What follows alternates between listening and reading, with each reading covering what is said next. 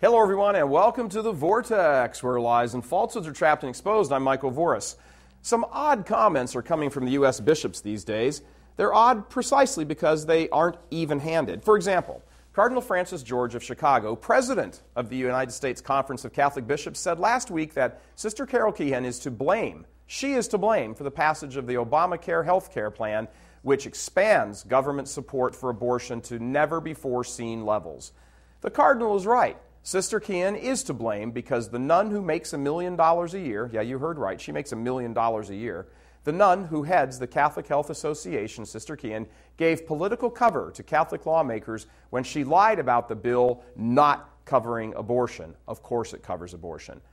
But not all the blame falls on her. In fact, only the direct momentary blame falls on her. Most of the blame actually falls right back on the bishops themselves. They are the ones who continue to allow a climate of dissent in the church and open heresy, and they do nothing about it.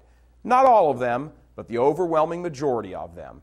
Not all, but most of them take up collections and divert huge chunks of money to pro-abortion and pro-homosexual groups. And then they're dismayed where somewhere down the road these groups start achieving their goals. They fraternize and socialize with the leaders of the party of death for God knows whatever reason. They offer policy statements that bear a striking resemblance to the statements issued by the party of death leadership. They continue to allow so-called Catholic politicians to go unchallenged and unexcommunicated. Don't know if that's a word, but it is now. And then they're surprised when these politicians push their culture of death successfully.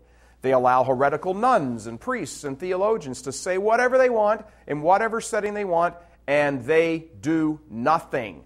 Not all of the bishops, but most of them. They openly complain that some Catholic websites are too critical of the prevailing conditions of corruption and rot in the church, especially the leadership in America. If ticked-off Catholics on the internet is what the bishops, most, not all, are really concerned with, and if that's what they think deserves a comment from them while heretics busily and successfully Protestantize the church, then they really are tone-deaf to the current crisis.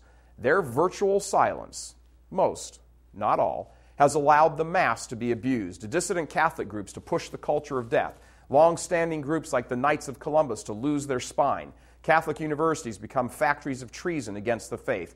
All of this is on their watch and lots more.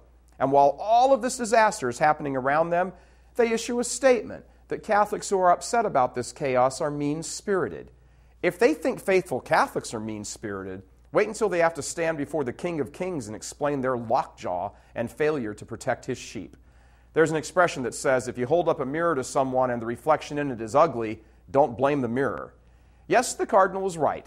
The $1 million lying nun is to blame for the passage of the supposed health care bill. But clerics who live in glass cathedrals shouldn't throw stones. I'm Michael Voris.